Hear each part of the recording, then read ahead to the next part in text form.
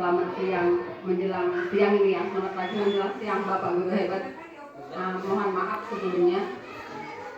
Di sini saya akan membuka acara untuk kegiatan saya sama Pak Hendrik di penyebaran pemahaman penerapan pengalaman budaya positif yang mungkin sudah biasa kita lakukan sehari-hari di sekolah ini.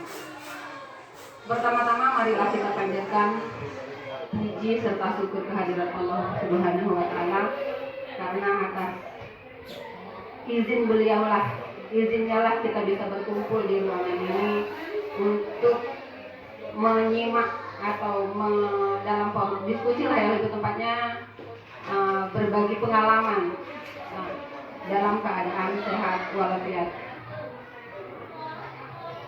Selanjutnya, marilah kita selalu hancurkan sholawat serta salam kehadirat Nabi besar Muhammad SAW. Semoga kelak di yaumil akhir nanti kita mendapat syafaatnya. Amin ya rabbal alamin. Baiklah, untuk membuka acara ini kita sama-sama membaca basmalah. Berikutnya sambutan yang akan disampaikan oleh Bapak Kepala Sekolah SD Negeri 1 Ciptamoya kepada Bapak Ilham Mansur SPD. Saya persilahkan. Baiklah ya. Bismillahirrahmanirrahim. Assalamualaikum warahmatullahi wabarakatuh. Nah, di sini saya tidak akan menggunakan mukadimah karena di sini mungkin tadi sudah kita sedikit ada yang kita bahas. Nah, hanya sebagai tambahan saja mungkin di sini ada kita sama-sama mengetahui untuk kegiatan daripada program guru penggerak. Mungkin kalau kemarin waktu saat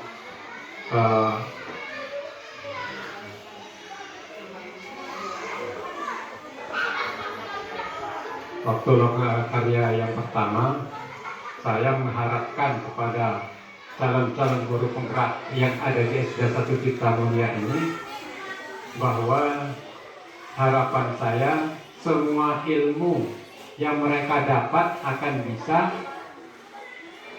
dibagi dengan teman-teman yang ada di sekolah. Harapannya kemudian kemarin juga saya mengharapkan kepada calon-calon guru penggerak. Mungkin kita tahu sama-sama tahu di sini ada 3 orang calon guru penggerak. Bahwa untuk kegiatan guru penggerak ini, harapan saya di waktu kami lokakarya yang pertama, bagi guru penggerak, tolong kegiatan belajar mengajarnya jangan sampai terganggu. Apalagi mungkin dengan sibuknya kegiatan ini, anak-anak kita terabaikan. Karena sering saya lihat itu anak-anak di sini mungkin banyak yang bermain di luar, gurunya sibuk. Nah, harapan saya dengan adanya guru penggerak ini, maka saya mengharapkan kepada mereka bertiga ini agar bisa berbagi ilmu, kemudian bisa menjadi contoh untuk teman-teman yang lainnya. Sebagai harapan juga dengan tugas-tugas yang ada, kalau yang sudah didapat bisa disebar ya Pak ya, sama teman-teman bisa berbagi. Karena di sini mungkin di sini sesuai dengan konsep yang akan kita bahas pada hari ini, yaitu penyebaran pemahaman, pemaparan, pengalaman budaya positif. Artinya di sini bisa kita kembangkan bersama-sama dengan teman-teman yang ada di sekolah ini. Begitupun dengan teman-teman, ya kita saling dukung-mendukung. Artinya kalau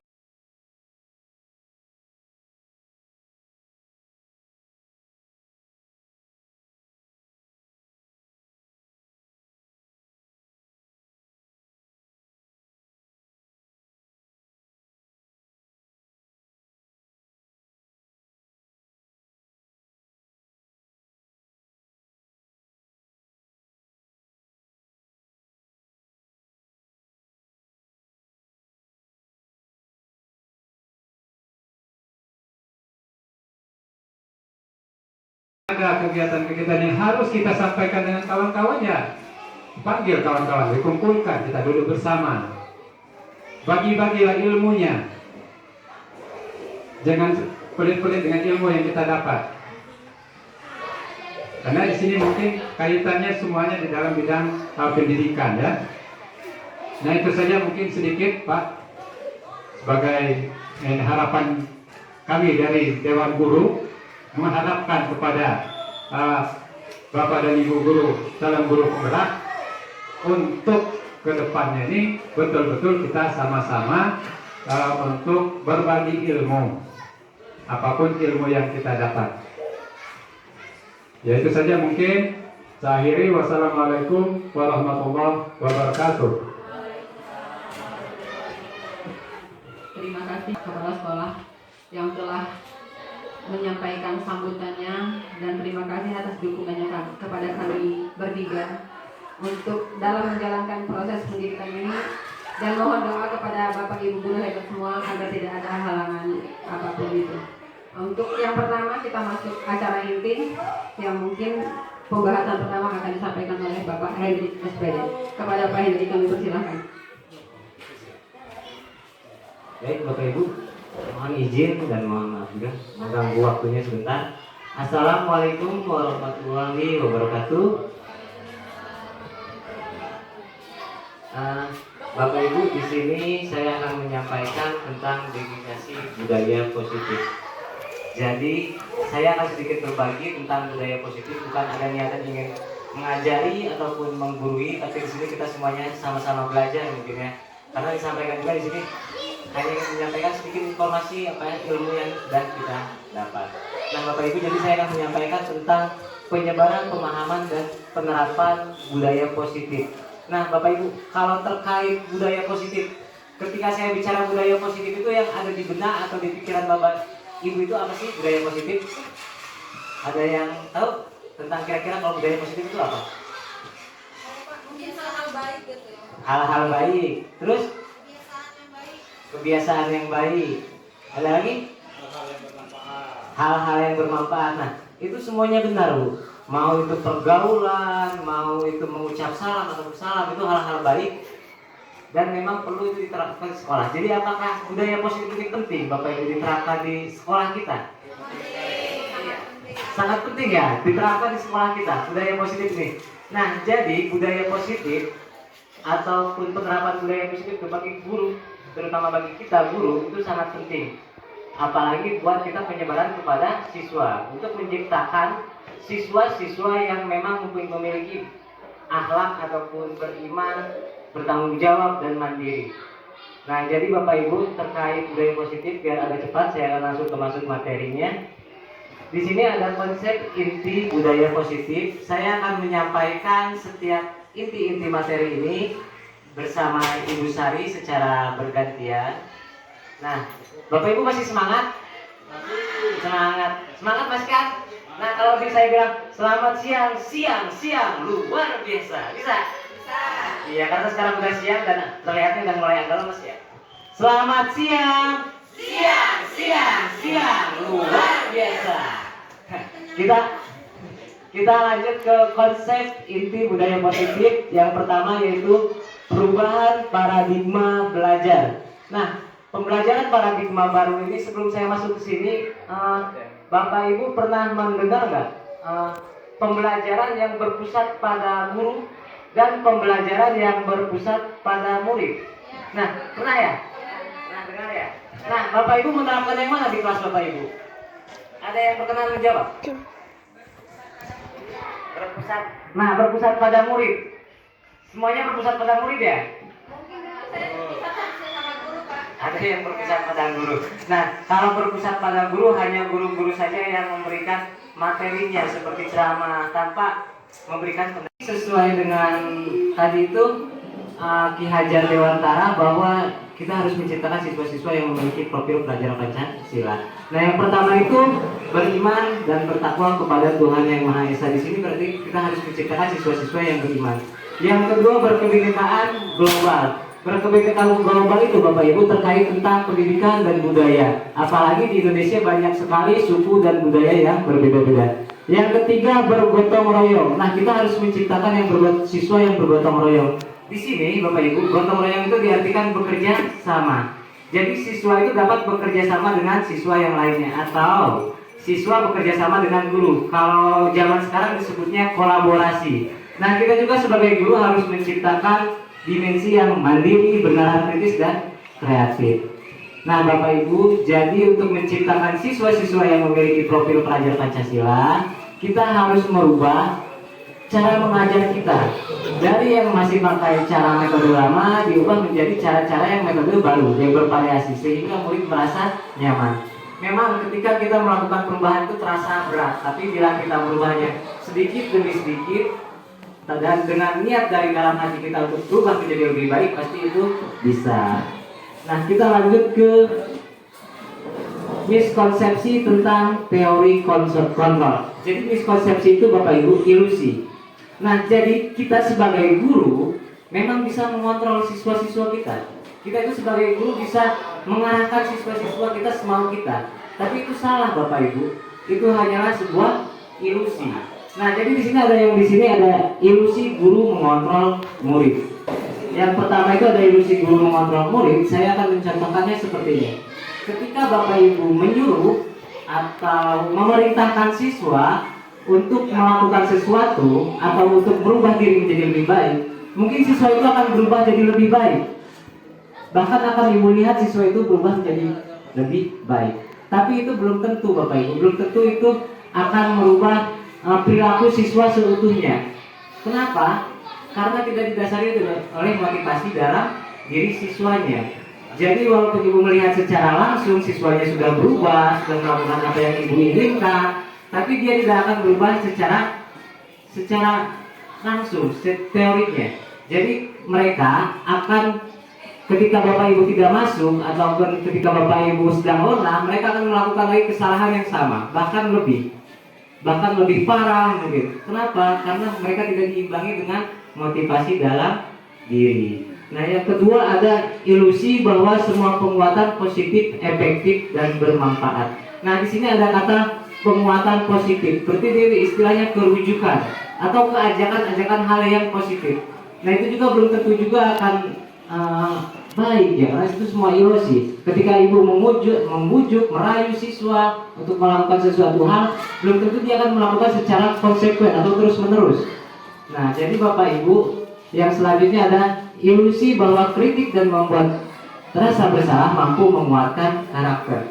Nah, ketika Bapak Ibu mengkritik siswa, terus membuat mereka bersalah, terus mereka berubah sesaat bila tidak didasari dari hati mereka, dari hati nurani untuk berubah, mereka akan melakukan hal yang sama. Kenapa? Karena kurangnya motivasi diri dalam siswanya.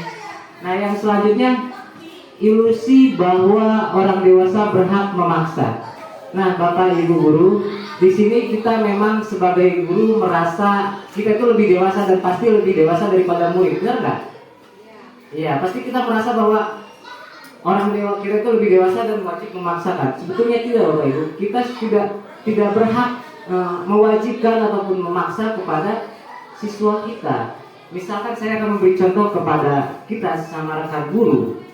Ketika saya misalkan diingatkan oleh teman atau rekan sejawat saya, Pak Hendrik, cara mengajar Pak Hendrik salah loh, bukan seperti itu, seperti ini. Apakah saya akan berubah?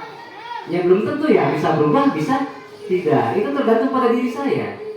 Sama halnya ketika Bapak Kepala Sekolah memerintahkan gurunya, apakah Bapak Ibu akan melakukan? Ya belum tentu ya. Bila hal yang positif akan dilakukan dan bila tidak mungkin tidak akan dilakukan. Misalkan seperti ini Bapak Ibu, ketika Kepala Sekolah menyuruh Bapak Ibu datang sebelum 7.15, apakah Bapak Ibu akan melakukan? Tentu tidak, bisa melakukan dan bisa tidak. Itu tergantung pada diri Bapak Ibu. Mungkin Bapak Ibu melakukan dan hadir jam 7.15. Karena kenapa? Karena Kepala Sekolah sudah standby, sudah memantau, sudah mengontrol. Dia sudah datang jam 7. Jadi Bapak Ibu datang terus jam 7 sebelum 7.15. Tapi karena Kepala Sekolah ada kegiatan rapat dan dia berhalangan, Bapak Ibu tahu. Apakah Bapak Ibu akan tetap hadir jam 7.15? Belum tentu ya. Belum tentu Bapak Ibu bisa hadir sebelum itu. Nah, Bapak Ibu, ketika kita memiliki motivasi yang diri yang lebih kuat, kita akan tanpa paksaan, tanpa pantauan, kita akan melakukannya dengan senang hati. Jadi harapannya motivasinya dulu mungkin ya. Nanti akan dibahas tentang motivasi diri ini lebih dalam di materi yang selanjutnya.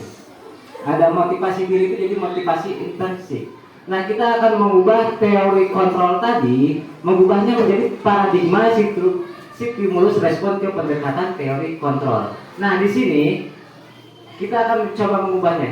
Jadi kita mencoba mengubah orang lain berpandangan sama dengan kita. Itu menurut stimulus respon. Nah, jadi kita itu memang sulit Bapak Ibu mengubah seseorang dengan keinginan kita. Nah, itu kan menurut stimulus responnya. Kalau menurut teori kontrolnya, kita berusaha memahami pandangan orang lain tentang dunia. Nah, jadi kita akan berusaha untuk memahami dirinya. Kenapa sih dia seperti itu? Nah, seperti itu ya Bapak Ibu. Yang selanjutnya, perilaku buruk dilihat sebagai suatu kesalahan. Ini menurut stimulus respon. Jadi ketika seseorang berperilaku buruk, dia akan langsung dicap salah, bahwa dia itu salah. Nah, yang menurut teori kontrolnya, semua perilaku memiliki tujuan. Nah, jadi Bapak Ibu, ketika ada seseorang yang berbuat buruk atau berbuat salah, kita jangan langsung memarahnya atau menghujatnya, tapi kita tanya dulu, kenapa sih kamu kayak gitu? Apa sih alasannya? Apa sih tujuannya? Nah, yang selanjutnya, orang lain bisa mengontrol saya. Nah, di sini kembali lagi ke motivasi diri ya. Orang lain bisa mengontrol saya itu. Kalau menurut teori kontrolnya, hanya Anda yang bisa mengontrol diri Anda. Nah, jadi Bapak Ibu di sini tidak ada yang bisa mengontrol diri kita sendiri kecuali diri kita sendiri yang bisa mengontrolnya. Nah, yang kedua, pemaksaan. Yang selanjutnya, pemaksaan ada pada saat bujukan gagal. Ini menurut stimulus respon. Nah, ketika kita membujuk kepada siswa, terus siswanya membujuk, masih gagal, dirayu, masih gagal, kita akan memaksakan kepada siswa. Nah, itu menurut stimulus respon. Kalau menurut teori kontrolnya, kolaborasi dan konsensus menciptakan pilihan-pilihan baru. Nah, ketika ada siswa yang memang merasa bersalah atau melakukan kesalahan, kita harus berkolaborasi dengan siswanya, mencari solusinya. Jadi kita mengajarkan siswa itu bertanggung jawab. Jadi ketika kita mengajarkan tanggung jawab, dia akan merasa bertanggung jawab tentang apa yang dilakukannya dan harus apa. Dia tidak akan mencap dirinya itu salah. Nah, yang ketiga, yang terakhir, model berpikir menang atau kalah. Itu menurut stimulus respon yang teori kontrolnya, model berpikir menang-menang. Jadi ketika kita berhadapan dengan siswa, Bapak Ibu, kita harus berpikirnya menang-menang. Jangan menang kalah. Jadi kita juga harus menerima dan berada di posisi mereka. Ketika kita, mungkin saya memberi contohnya seperti ini. Jadi ketika tadi itu siswa melakukan kesalahan, kita harus mencari alasannya dan mencari solusinya, didampingi oleh gurunya. Nah, yang selanjutnya yaitu ada disiplin positif. Nah, dalam budaya kita, makna kata disiplin ini telah berubah menjadi sesuatu yang dilakukan seseorang pada orang lain untuk mendapatkan kepatuhan. Kata cenderung menghubungkan kata disiplin dengan ketidaknyamanan. Nah, Bapak Ibu, kalau bahas disiplin, pasti yang terpintas di pikiran Bapak Ibu itu yaitu tentang tata tertib, aturan, konsekuensi, hukuman, pasti di situ. Kalau kita bahas tentang disiplin, pasti teringatnya tentang konsekuensi, hukuman dan lain-lain. Jadi diubah menjadi disiplin positif. Nah, kenapa disiplin positif? Ini merupakan perilaku dalam kesadaran dan bertanggung jawab atas tindakan sebagai wujud menghormati diri sendiri dan orang lain. Nah, jadi Bapak Ibu, ketika kita memerintahkan siswa untuk hadir jam 7.15, apakah siswa itu melakukannya karena takut dihukum? Apakah karena siswa itu melakukannya karena takut dimarah? Apakah siswa itu melakukannya karena takut karena ingin mendapatkan penghargaan? Banyak alasan ya Bapak Ibu. Bisa, iya, semuanya bisa terjadi ya. Bisa juga dia memang dari dalam dirinya, ataupun motivasi dirinya ataupun tanggung jawabnya. Jadi sebagai pendidik, tujuan kita adalah menuntut murid untuk memiliki disiplin diri sehingga mereka bisa berperilaku yang mengacu pada nilai-nilai kebajikan universal dan memiliki motivasi intrinsik dan ekstrinsik. Nah, yang selanjutnya yaitu nilai-nilai kebajikan universal di sini. Ada nilai-nilai kebajikan universal Nah, nilai-nilai kebajikan itu adalah sifat-sifat positif manusia yang merupakan tujuan mulia yang ingin dicapai setiap individu. Nah, nilai-nilai kebajikan universal ini nilai-nilai yang disepakati atau disepakati bersama lintas bahasa, suku, agama, bangsa, dan maupun latar belakang. Nah, contohnya profil pelajar Pancasila: beriman, bertakwa kepada Tuhan Yang Maha Esa, berakhlak mulia, mandiri, bernalar kritis, berpendidikan global, bergotong royong, dan kreatif. Nah, untuk nilai-nilai kebajikan universal ini nanti akan lebih dalam dan lebih rinci ketika pembahasan keyakinan kelas yang akan dijelaskan oleh Ibu Sari. Jadi lebih dalamnya nanti di keyakinan kelas. Setelah itu kebutuhan dasar manusia. Materi yang selanjutnya kebutuhan dasar manusia. Nah, Bapak Ibu, kita sebagai guru dan juga siswa juga memiliki kebutuhan dasar. Bila kebutuhan dasar itu tidak terpenuhi, maka akan terjadi penyimpangan-penyimpangan yang tidak diinginkan. Nah, kebutuhan dasar manusia adalah segala sesuatu yang kita lakukan untuk mendapatkan apa yang kita inginkan. Seluruh tindakan yang kita lakukan memiliki tujuan tertentu, dan semua usaha terbaik yang kita lakukan adalah dalam rangka agar kebutuhan dasar kita terpenuhi. Nah, jadi Bapak Ibu, kebutuhan dasar manusia itu ada 5 kebutuhan dasar manusia. Nah, bila dari kelima kebutuhan dasar ini tidak terpenuhi satu saja, maka akan terjadi sesuatu yang tidak diinginkan, ya, penyimpangan-penyimpangan yang tidak diinginkan. Nah, misalkan nih, 5 kebutuhan dasar manusia. Yang pertama, bertahan hidup. Bertahan hidup itu ada makanan, pakaian, tempat tinggal, keamanan, dan kesehatan. Nah, Bapak Ibu mungkin ketika mengajar di kelas pernah nggak menemukan muridnya yang tidur? Pernah ya, tidur-tiduran juga pernah. Bahkan ada yang lemes, mungkin iya, ada yang senderan, tiduran, lemes. Kenapa Bapak Ibu langsung memarahinya? Enggak ya, tanya dulu, kenapa kamu lemes? Nah, siapa tahu kan dia belum, siapa tahu dia belum makan, belum sarapan. Atau tanya kayak gini, kenapa anak kamu tiduran? Siapa tahu aja di rumahnya kebanjiran. Karena kita juga harus tahu setiap alasan siswanya dulu. Nah, jadi yang selanjutnya itu kasih sayang dan diterima.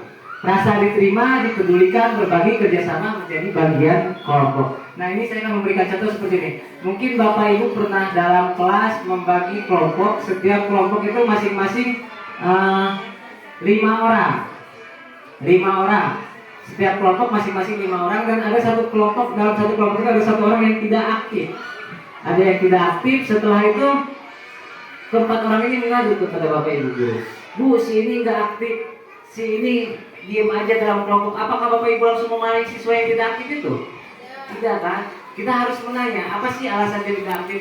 Bisa saja dia kurang kasih sayang dan rasa diterima. Misalkan alasannya ketika kita menanya siswa itu, nah kenapa sih kamu tidak aktif di kelompok ini? Mungkin dia merasa dikucilkan karena mereka berempat ini adalah satu geng, sedangkan dia berbeda sendiri.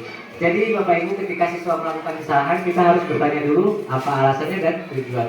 Yang ketiga, penguasaan harga diri, keinginan untuk dianggap memimpin, berprestasi, diakui, dan didengar. Nah, jadi kadang Bapak Ibu di kelas itu ada dari 20 murid itu 1 murid yang ketika presentasi atau apa dia ingin selalu maju, atau ketika ditunjuk selalu ingin menjadi ketua kelas. Ada ya?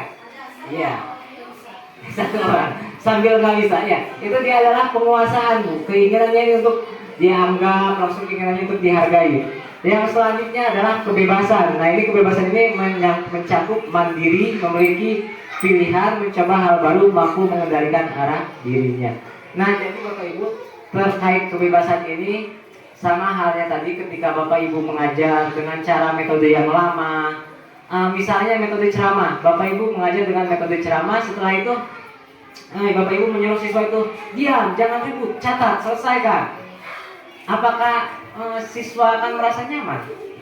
Tidak ya Bu ya, karena mereka tidak mengeluarkan pendapatnya, karena mereka tidak akan mengeluarkan apa sih mereka, sampai mana sih perkembangan kemampuan yang mereka inginkan. Bila Bapak Ibu masih menggunakan metode yang lama. Yang terakhir yaitu kesenangan, bermain, humor, antusiasme, dan tertawa. Nah Bapak Ibu, jadi ini juga salah satu kebutuhan manusia. Ketika ada siswa yang tertawa, ya jangan dimarah juga ya, biarkan saja tertawa. Nah, bila bisa Bapak Ibu, ketika kita mengajar, kita juga harus menerapkan penerapan bermain sambil belajar, humor, dan ketika di sela-sela pelajaran kita juga harus menyelipkan teka-teki sehingga anak-anak tidak jenuh dan merasa nyaman. Jadi kita sebagai guru harus menciptakan pembelajaran yang lebih inovatif, kreatif sehingga membuat siswa nyaman di kelasnya. Yang untuk selanjutnya materinya tentang motivasi diri.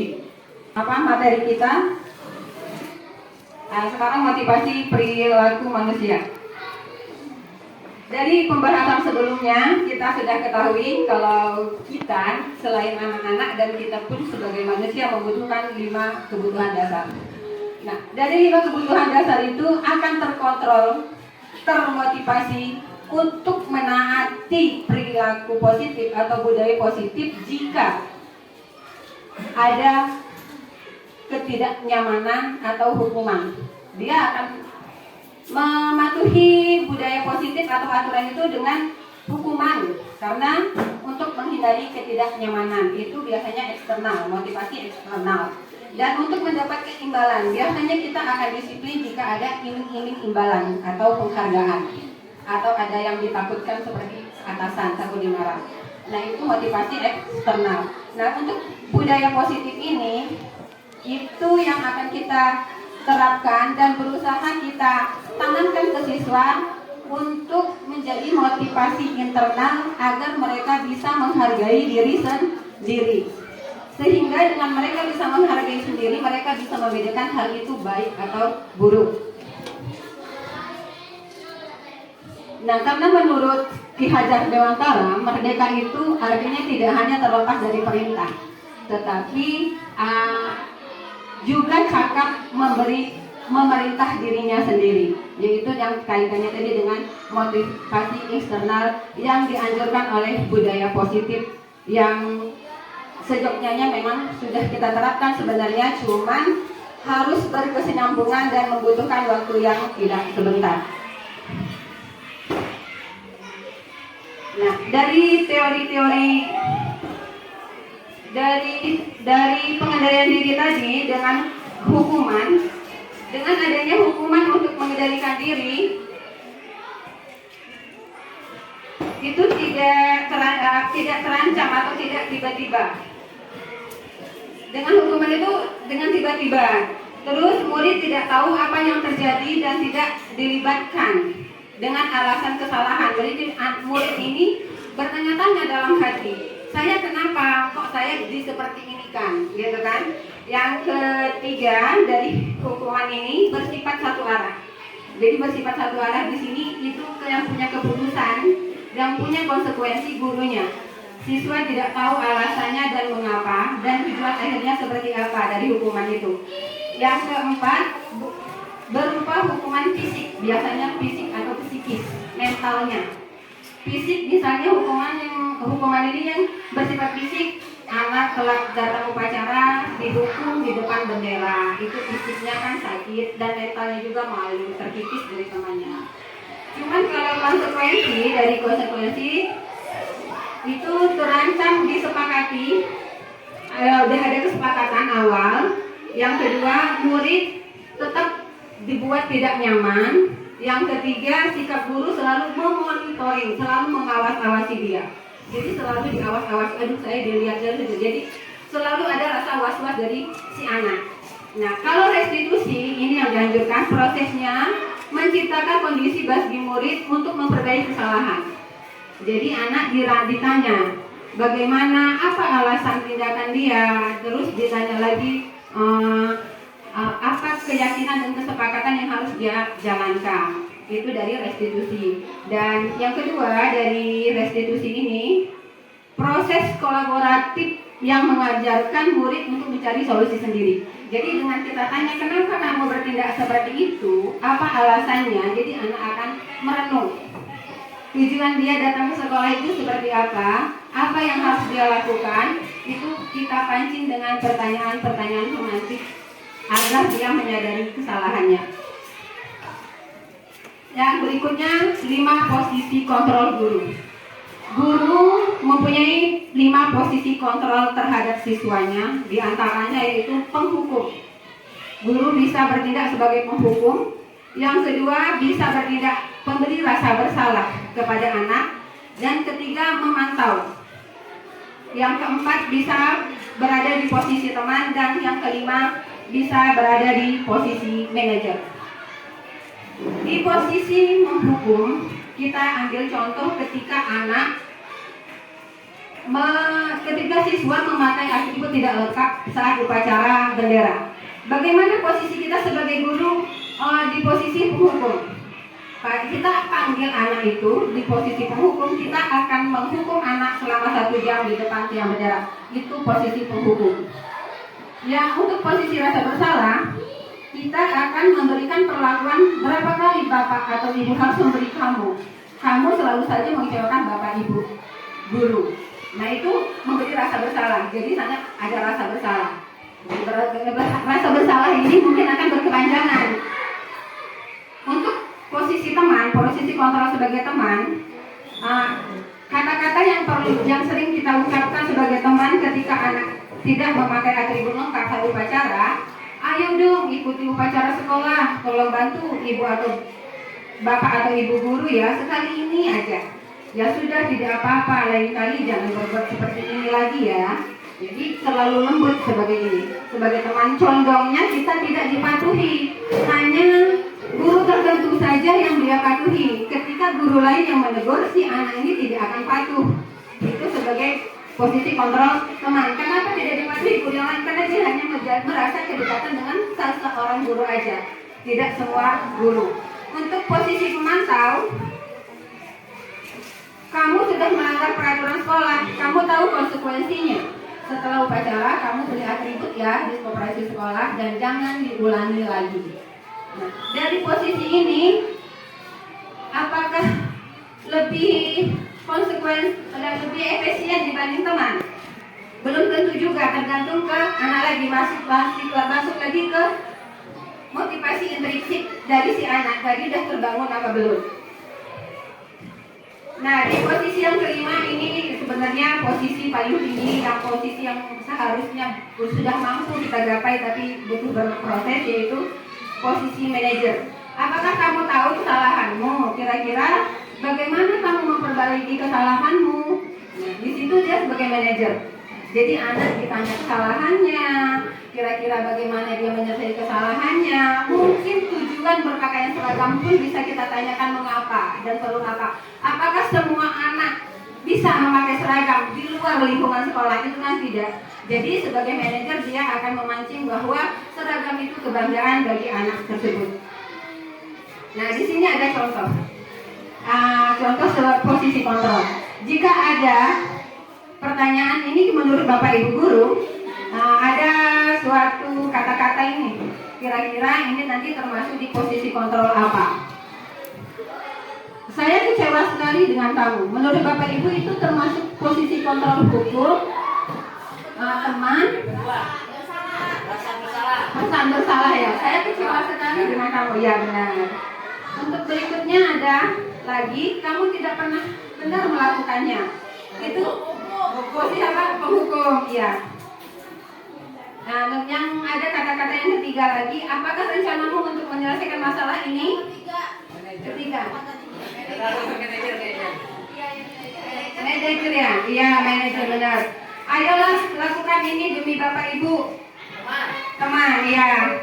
Karena dia mengajak ayolah gitu, seolah-olah kan teman gitu. Yang berikutnya, kamu tidak pernah mendapatkan nilai jika tidak mengerjakan tugas. Pemantau, iya.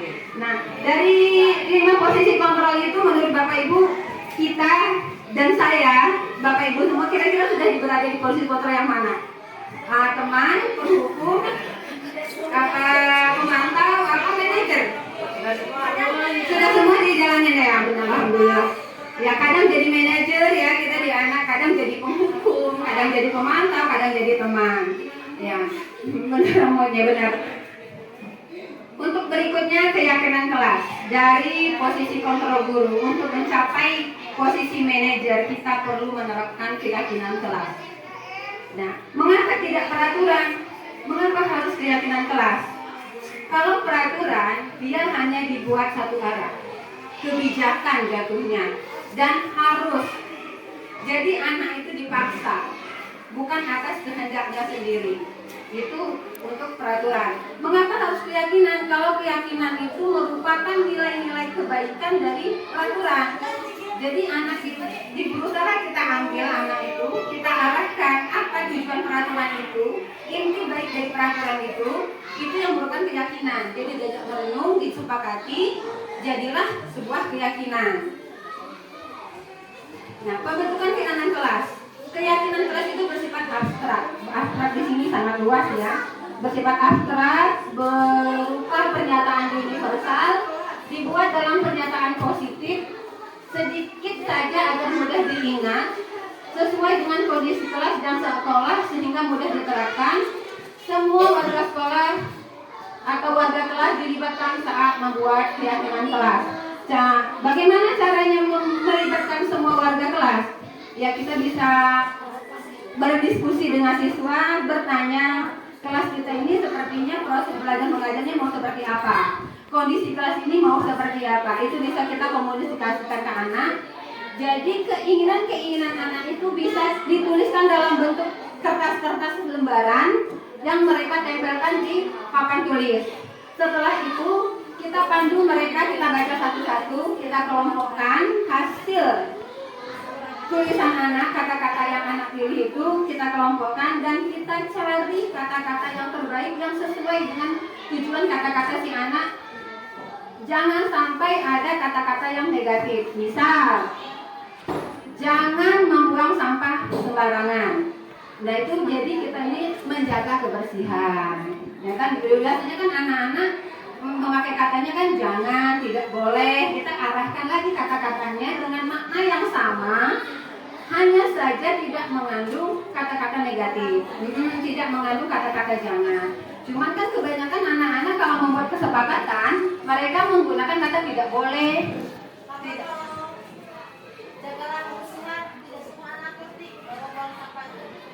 Iya, benar. Iya, jangan buang sampah, kalau enggak jangan. Iya, kebersihan. Cuman ada penjabaran lagi di bawahnya apa. Jadi kan nanti setelah terbentuk kesepakatan, sudah kita kelompokkan, sudah kita pilah dengan kata-kata yang lebih positif. Kesepakatan itu kita buat kolom, buat ke dalam bentuk tabel.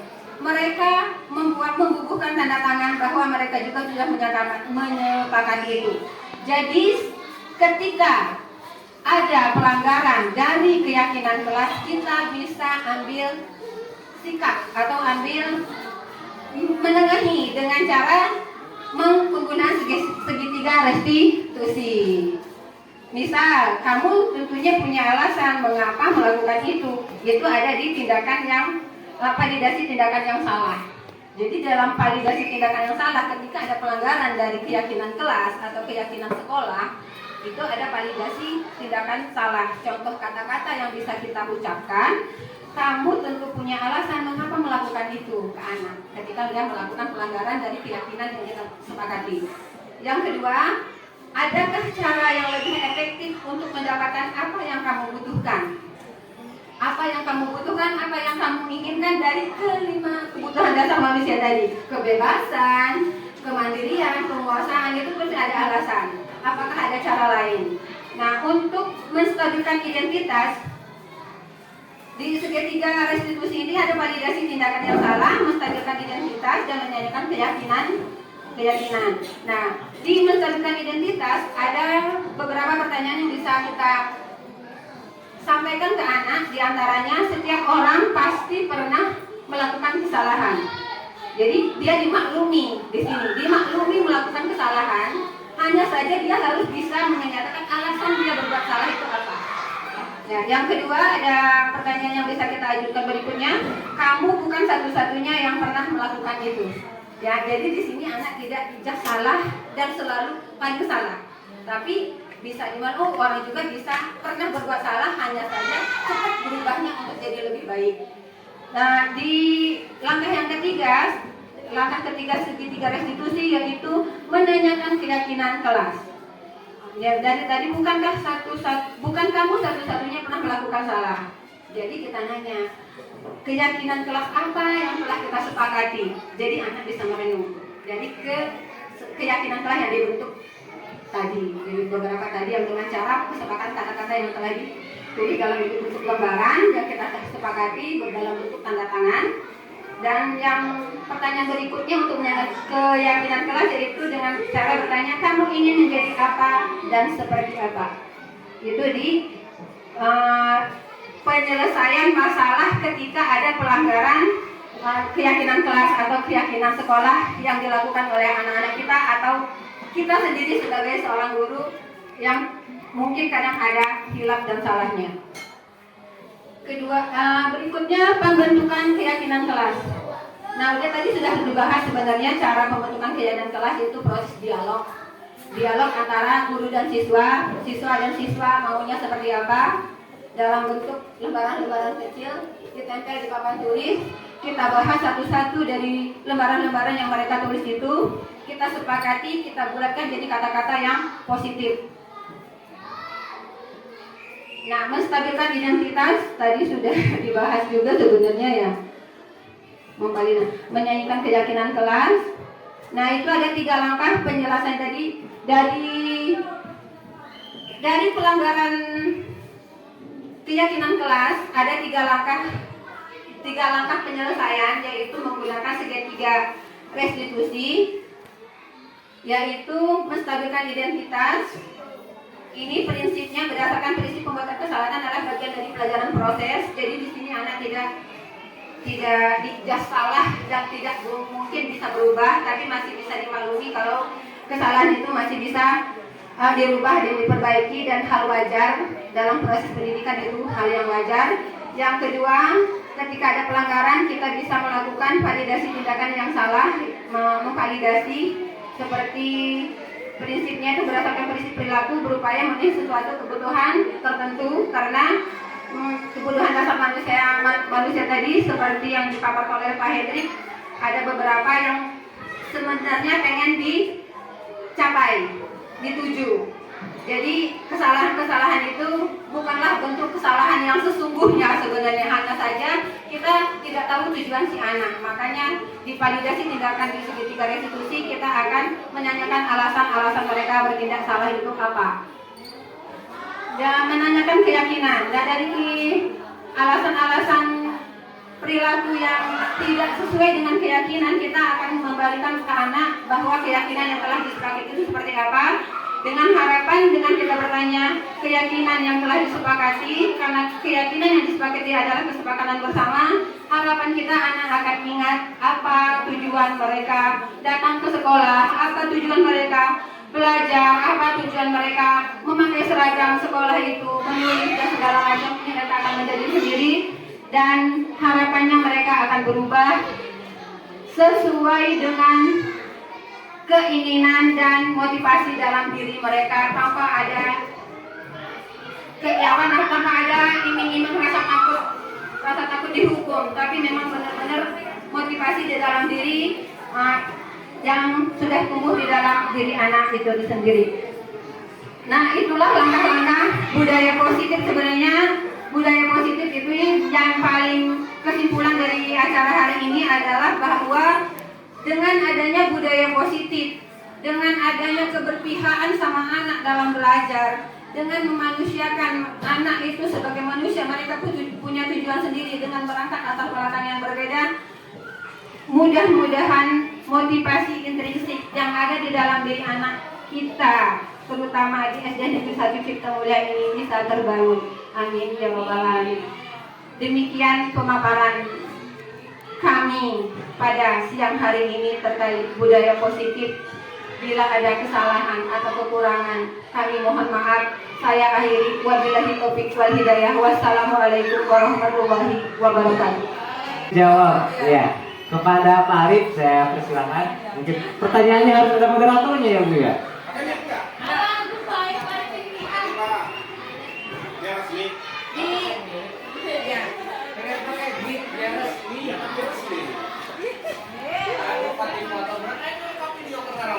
Gak kelihatan Pak Arif. Mohon narasumbernya duduk dulu biar agak tenang. Iya Bu. Banyak kok pertanyaannya. Sebelumnya saya secara pribadi mengucapkan terima kasih atas penyampaian materi. Ya tentunya dari setiap penyampaian baik itu dari pemateri pertama maupun pemateri kedua tentunya membawa nilai-nilai positif dan juga bersifat pengembangan dalam hal pengetahuan untuk kita semua. Pengembangan tersebut terkait dengan pelaksanaan proses belajar mengajar yang sehari-hari memang kita laksanakan di sekolah. Sebelumnya, mungkin ini bukan pertanyaan Bu, tapi kita berbagi pandangan. Kita mungkin saling mengingatkan karena tentunya walaupun bagaimana kita hanya manusia biasa yang tidak luput dari hilaf dan lupa. Tentunya mungkin kita saling mengingatkan sebagai rekan, sebagai sesama praktek ya, praktek mengajar lah intinya di satuan pendidikan kita di sini. Yang pertama, mungkin saya ingin menyampaikan Bapak Ibu tahu dengan profesi dosen.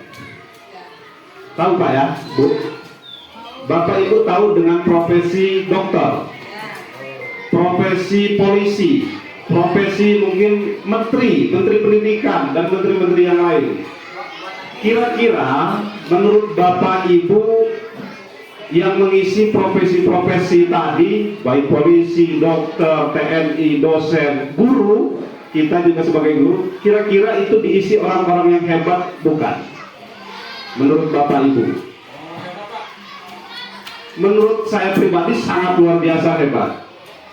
Dan apakah yang mengisi profesi itu saat ini melalui tahapan pendidikan yang sekarang atau pendidikan yang dulu zaman SD-nya? Yang mengisi profesi itu tentunya melalui tahapan pendidikan SD di zaman dulu, bukan di zaman sekarang. Tapi kenapa mereka menjadi orang-orang hebat? Artinya, Bapak Ibu, pendidikan di zaman dulu itu bukan tidak baik. Itu sangat baik di zamannya. Nah, hal yang perlu kita samakan persepsi saat ini adalah sifatnya pengembangan. Pengembangan bagaimana menyesuaikan dengan zamannya. Kalau di zaman dulu mungkin kalau Pak Din, Bu Juras mungkin mengalami tentunya fasilitas mengajar itu tidak ada. Bahkan tidak sedikit orang tua kita itu hanya bisa menulis pakai papan kayu dan setelah belajar dihapus, besoknya dipakai lagi. Artinya kenapa? Saat itu penyesuaian kurikulum, penyesuaian tindakan itu menyesuaikan di zamannya. Nah, seperti itu. Dan sekarang sifatnya pengembangan. Artinya kalau kita mau pakai cara yang sekarang di zaman dulu, saya yakin itu tidak tepat. Karena belum ada fasilitas pendukungnya. Betul Bapak Ibu ya? Nah di zaman itu sangat tepat. Karena memang fasilitas dari SDM-nya, dari ekonominya, memang maksimalnya semampunya seperti itu. Dari satuan pendidikannya dan hal-hal lain.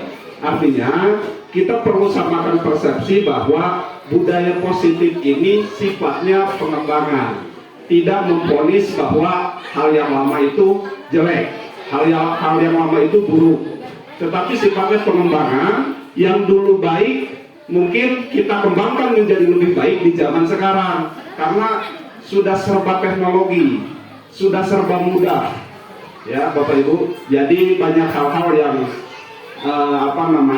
jangan terpeleset dalam hal paradigma ataupun pola pikir kita. Jadi menjudge bahwa hal yang lama itu salah, hal yang lama itu baik. Sementara produk dari pendidikan zaman dulu itu sekarang sudah menjadi presiden, sudah menjadi menteri, sudah menjadi dokter, sudah menjadi dosen, sudah menjadi guru. Dan itu bukti bahwa ada pendidikan di zaman itu yang terbaik di zamannya. Dan proses pendidikan di zaman sekarang, kita tidak bisa menjamin apakah akan lebih baik ke depannya. menghasilkan orang-orang yang lebih hebat ke depannya. Kita tidak bisa menjamin tentunya.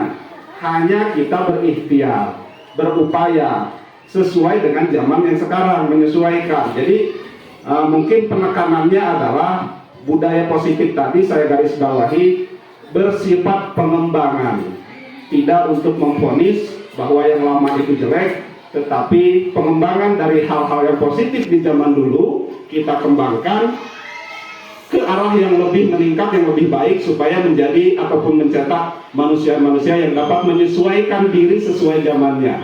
Kita tidak hidup dengan pola pikir yang jadul di zaman sekarang, itu akan menjadi kurang tepat. Tetapi kita menjadi orang yang selalu berproses, selalu bisa menyesuaikan diri di zaman. Kita tidak tahu zaman anak-anak kita ke depan mungkin nanti akan seperti apa. Harapannya kita, saya ambil dari filosofi Ki Hajar Dewantara saja, nggak pakai muka di mata. Itu budaya positif tadi Bu ya. Nah, saya ambil ada belajar dari alam tadi ya. Ya. Saya ambil filosofinya tukang sayuran saja Bu, tukang sayur, tukang tanam cabai.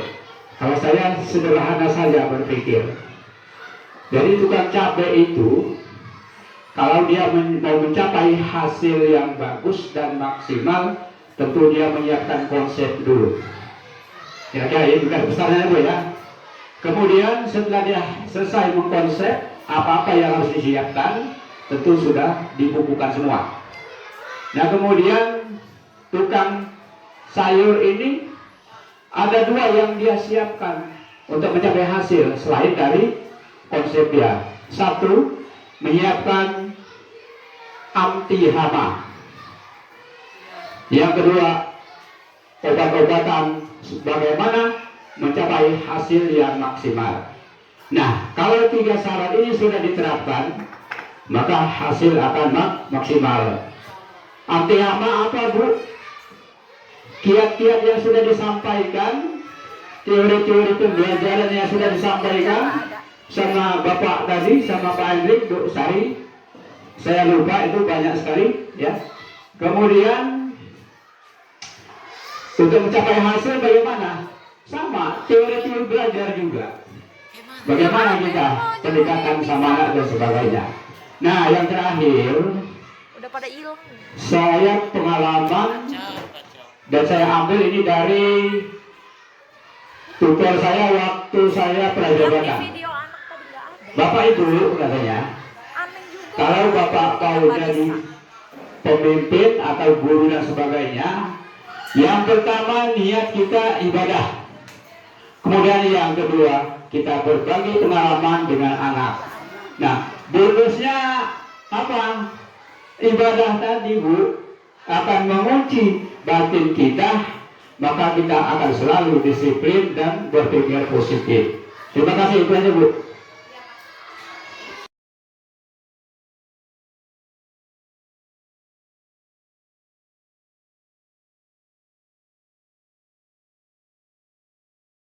Lancang depan, gerak.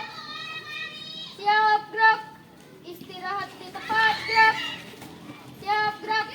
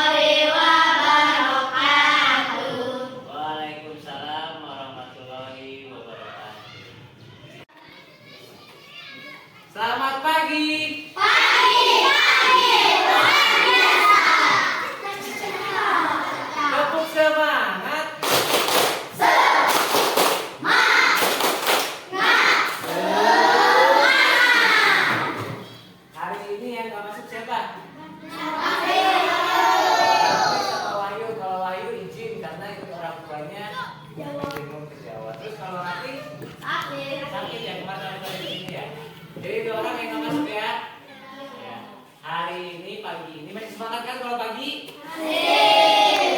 Bapak ingin membuat nah, hari ini kita akan membuat keyakinan kelas. Nah, ada yang tahu nggak apa itu keyakinan kelas? Ada yang tahu nggak? Nah, jadi keyakinan kelas itu adalah sesuatu yang kalian buat bersama-sama dan disepakati bersama. Menurut kepercayaan kalian, keyakinan kalian. Kalau peraturan sekolah pernah dengar nggak? Nah, ada apa aja kalau peraturan sekolah? Tidak boleh bully, terus buang sampah pada tempatnya, apa lagi? Datang tepat waktu, ya banyak ya. Nah, kalau peraturan sekolah kan ada tuh, sudah ada. Tapi sekarang kita akan membuat keyakinan kelas yang kalian sepakati secara bersama-sama. Nah, tapi untuk pemilihan katanya, pilihlah kata-kata yang positif. Tidak boleh kata-kata yang negatif. Nah, kalau kata-kata negatif itu pakai kata dilarang, jangan, tidak boleh. Itu tidak boleh pakai kata itu ya. Misalkan kalau kita dilarang buang sampah sembarangan, itu kata negatif kan? Karena ada kata dilarangnya kan. Selain kata dilarang apa coba? Dilarang buang sampah sembarangan. Kata yang tepatnya bisa diganti dengan buanglah sampah pada tempatnya. Dilarang terlambat. Nah, misalkan dilarang terlambat juga, datanglah tepat waktu. Nah, jadi menggunakan kata-kata yang positif, tidak boleh menggunakan kata negatif. Bisa? Bisa. Nah, jadi Bapak ingin kalian menuliskan di sini apa aja sih yang ingin kalian sepakati di kelas ini? Keyakinan apa sih yang ingin kalian sepakati di kelas ini? Misalkan tidak boleh membuli. Itu apa? Jangan dilarang membuli. Ingat ya, gunakan kata-kata yang positif. Kalau jangan membuli atau tidak boleh membuli itu apa kata positifnya? Saling menghargai. Ditulis di sini, saling menghargai. Bisa kayak gitu. Kalau misalkan dilarang mencontek, nah apa itu kata-kata positifnya? Kata tidak boleh, dilarang, jangan, itu nggak boleh. Kita pakai kata-kata yang positif. Kalau misalkan dilarang mencontek itu belajar yang giat, boleh. Belajar yang giat boleh. Nah, terus habis itu jujur. Nah, kalau dilarang mencontek itu apa? Mencontek itu kan udah jujur dia kan. Berarti di sini tulis jujur. Nah ya, nanti setelah kalian menulis di sini kesepakatan apa yang ingin kalian sepakati, satu aja ya, satu orang hanya satu. Nanti Bapak bagikan kertas, satu orang satu. Kalian tulis dan nanti tempel di sana. Tidak usah ditulis nama kalian, nanti kita akan bahas bersama ya. Oke. Pakai spidol boleh, pakai pena boleh. Kalau pakai pensil tidak jelas.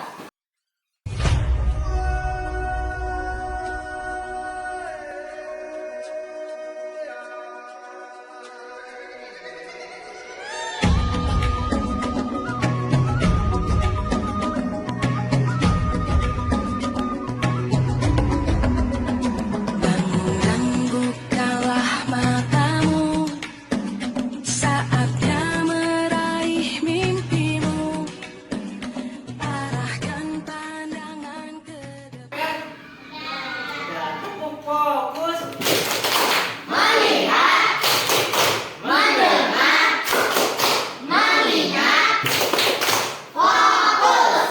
Nah, jadi sekarang kita akan bahas keyakinan kelas yang akan kita sepakati. Kita baca satu-satu ya. Belajar dengan giat. Wow, siapa yang menulis? Wah, ini bagus ya. Nah, belajar dengan giat artinya dia akan selalu belajar setiap harinya, tidak hanya di sekolah tapi di semua tempat. Setuju nggak kalau kita harus belajar dengan giat? Setuju. Kita cari kalau ada kata-kata yang sama kita buang satu ya. Belajar lagi nggak yang belajar dengan yang ini nih. Datang tepat waktu, berarti tidak terlambat. Setuju nggak? Sikap jujur sama teman. Kalau habis pinjam barang juga harus dikembalikan. Kalau menemukan uang harus dikembalikan. Kalau kita di kelas kita jujur, bersikapnya setuju nggak? Setuju. Siapa yang menulis jujur? Pakai spidol oranye.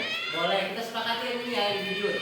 Oh, ini sama jujur juga, kita buang satu ya. Yang jujur ini kita buang.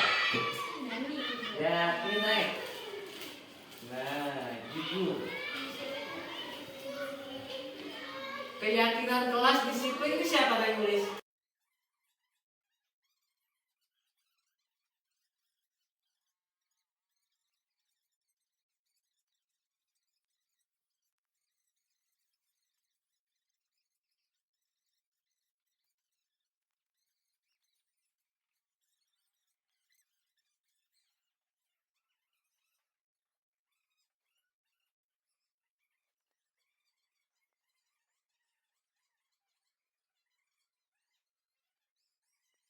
Yang sini ya. Menjaga kebersihan juga udah ya. Oh, buang sampah pada tempatnya ya. Menjaga kebersihan belum? Berarti dia ditugaskan dengan piket ya. Kita simpan juga menjaga kebersihan. Ya, segini ya keyakinan kelas kita. Nah, keyakinan kelas ini adalah keyakinan yang kita buat bersama. Kalian sepakat dengan ini? Bisa melakukannya? Bisa. Bila ada teman yang berperilaku di luar keyakinan kelas, kalian harus mengingatkannya ya, atau menegurnya. Misalkan ada salah satu teman kita minta datang terlambat, dia harus ada yang menegur dia, mengingatkannya bahwa kita datang terlambat.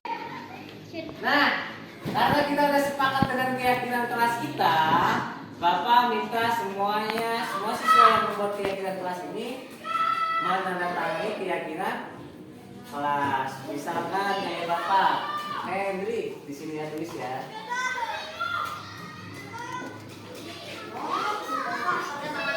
Nah, tanda tangan seperti itu. Ya boleh tanda tangan sebelumnya ketika bergantian ya. Oke, bergantian. Sempit juga kan kecil tempatnya, bergantian ya.